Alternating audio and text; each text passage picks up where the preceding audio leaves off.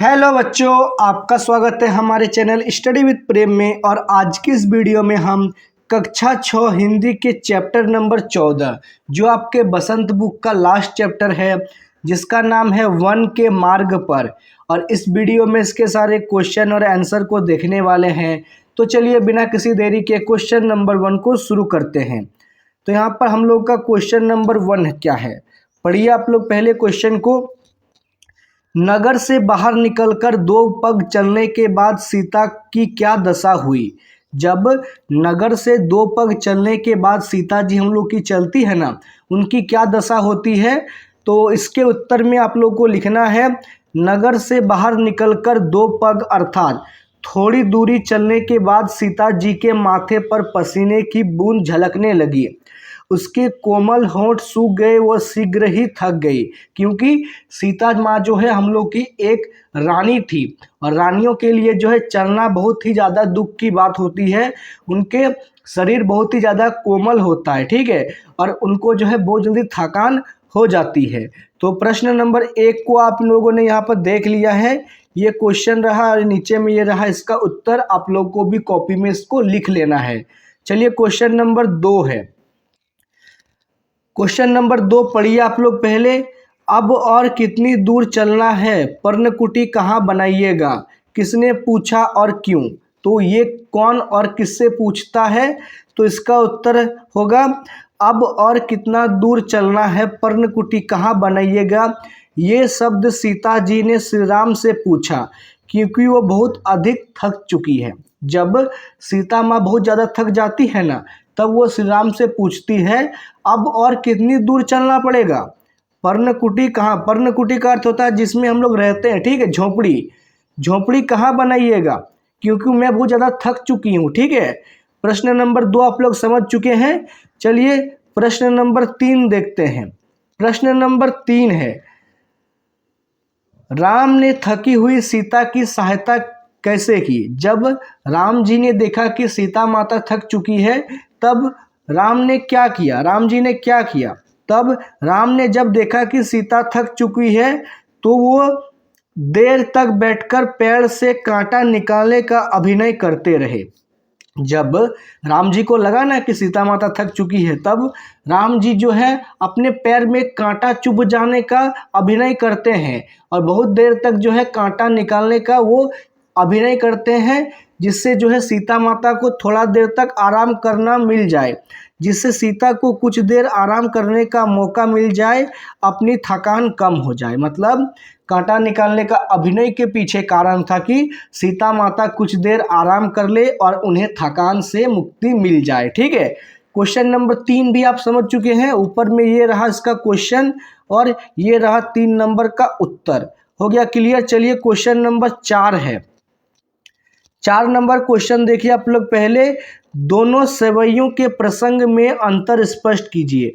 जो दोनों सवैये हैं ना, उनके प्रसंगों में क्या अंतर है, हम लोग को इसको स्पष्ट करना है। तो इसको हमें स्पष्ट किया हूँ, आपको भी इसी तरह लिखना है। पहले सवैये में बन जाते समय सीता जी की व्याकुलता और थकान का वर्णन है। जो पहला सवैया है ना, उसमें सीता जी का जब बन जाते समय उनकी व्याकुलता और थकान का वर्णन है।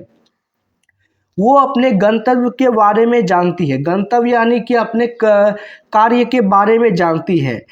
पत्नी सीता को ऐसी बेहाल अवस्था में देखकर रामचंद्र भी दुखी हो गए। जब उन्होंने अपनी पत्नी को बहुत दुख स्थिति में देखा, तब वो भी दुखी हो जाते हैं।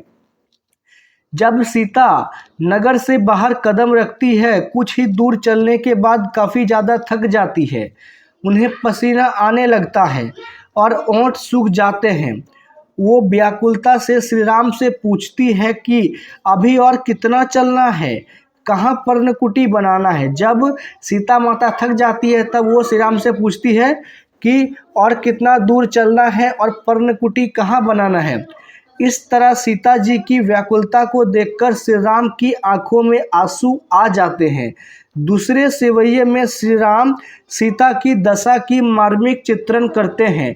इस प्रसंग में सीताराम व सीता जी के प्रेम को दर्शाते हुए कहा है कि कैसे राम सीता के थक जाने पर पैरों का कांटा निकालते हैं। मतलब जब दूसरे सवैये में श्री राम देखते हैं कि सीता की दशा बहुत ज़्यादा मर्मिक हो गई है, मर्मिक अर्थात बहुत ज़्यादा दुखमय उसका स्थिति हो गया है, तब श्री राम क्या करते हैं, कांटा घुस जाने का बहाना कर सीता को आराम दिलाने का प्रयास करते हैं और सीता जी श्री राम को अपने प्रति प्रेम को देखकर पुलकित हो जाती है, अर्थात खुश हो जाती है। तो क्वेश्चन नंबर 4 भी आप लोग समझ चुके हैं। ये ऊपर में ये रहा 4 नंबर का प्रश्न और नीचे में ये रहा इसका उत्तर, आप लोग जो है इसको लिख लीजिएगा। चलिए लास्ट क्वेश्चन नंबर 5 को देखते हैं। पाठ के आधार पर वर्ण के मार्ग का वर्णन अपने शब्दों में करें। तो वर्ण के मार्गों का वर्णन हम लोग को करना है अपने शब्दों में। तो इसको आप लोग लिखिएगा, वर्ण का मार्ग अत्यंत कठिन था। जो वर्ण का मार्ग है ना वो अत्यंत कठिन था। यह मार्ग कांटों से भरा था। तो यह मार्ग कैसे भरा था, तो कांटों से। उस पर बहुत संभल कर चलना पड़ता था। तो इस पर क्या, बहुत संभल कर चलना पड़ता था। रहने के लिए सुरक्षित स्थान नहीं था। रास्ते में खाने की वस्तुएं नहीं थी। पानी मिलना भी कठिन था। चारों तरफ सुनसान और असुरक्षा का वातावरण था। जब श्री राम और सीता जी वनवास के लिए निकलते हैं ना, तब वन का मार्ग जो है अत्यंत कठिन था। पूरा मार्ग कांटों से भरा हुआ था। बहुत संभल कर चलना पड़ता था। रहने के लिए कोई सुरक्षित स्थान नहीं था। सड़क पर जो है रास्ता जो था, वनों से भरा हुआ रास्ता, जंगलों से भरा हुआ रास्ता, उसमें खाने पीने की कोई वस्तु नहीं थी। पानी मिलना भी बहुत कठिन था। चारों तरफ सुनसान और असुरक्षा का वातावरण था। मतलब जानवर इधर उधर घूम रहे थे। ठीक है, तो क्वेश्चन नंबर 5 क्लियर हो गया, समझ चुके हैं आप लोग। ये रहा इसका प्रश्न और नीचे में ये रहा इसका उत्तर।